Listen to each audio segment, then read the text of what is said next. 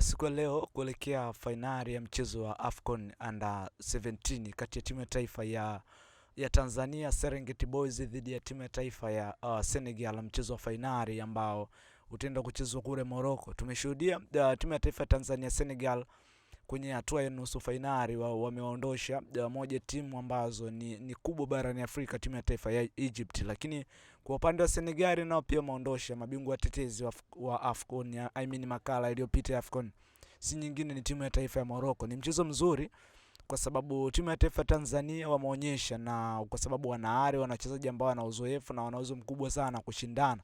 Na kitu cha kuvutia zaidi kwenye haya mashindano kuelekea mchezo wa fainali, timu ambazo zinaenda kukutana kwenye siku ya leo, mchezo wa fainali, hazijapishana pakubwa sana madaraja ya wachezaji. Kila timu inaweza kushindana. Moja kitu ambacho wametuonyesha timu ya taifa ya Tanzania, Serengeti Boys, ni uwezo mkubwa sana kuvumilia maumivu pindi ambapo wao wana mpira, kwa sababu tunasema mpira umegawanyika katika nyakati tano.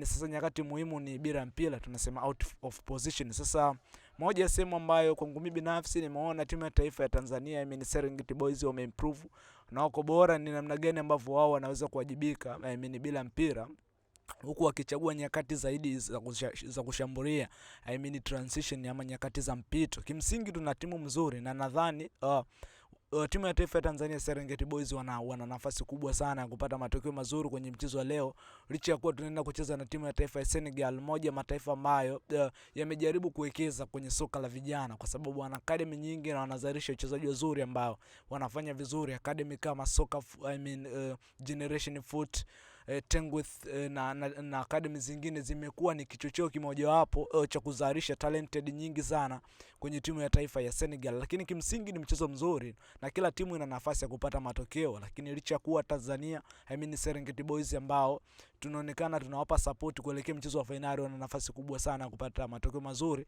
na hatimaye kuchukua ubingwa wa AFCON kwa upande wa timu za vijana, under 7. Kwa upande wangu, kwa kile ambacho wamenionyesha timu ya taifa ya Tanzania, ninawapa asilimia 60, wakati Senegal ninawapa asilimia 40. Licha kuwa timu zote ni mzuri, nimetoa asilimia 60 kwa sababu naamini Tanzania Serengeti Boys wana uwezo mkubwa sana kushindana na kupambana ili waweze kupata matokeo mazuri. Lakini kwa upande wa Senegal nao pia wana timu mzuri, ndio maana nimewapa asilimia 40, nafasi wanayo pia kufanya vizuri kwenye mchezo wa leo.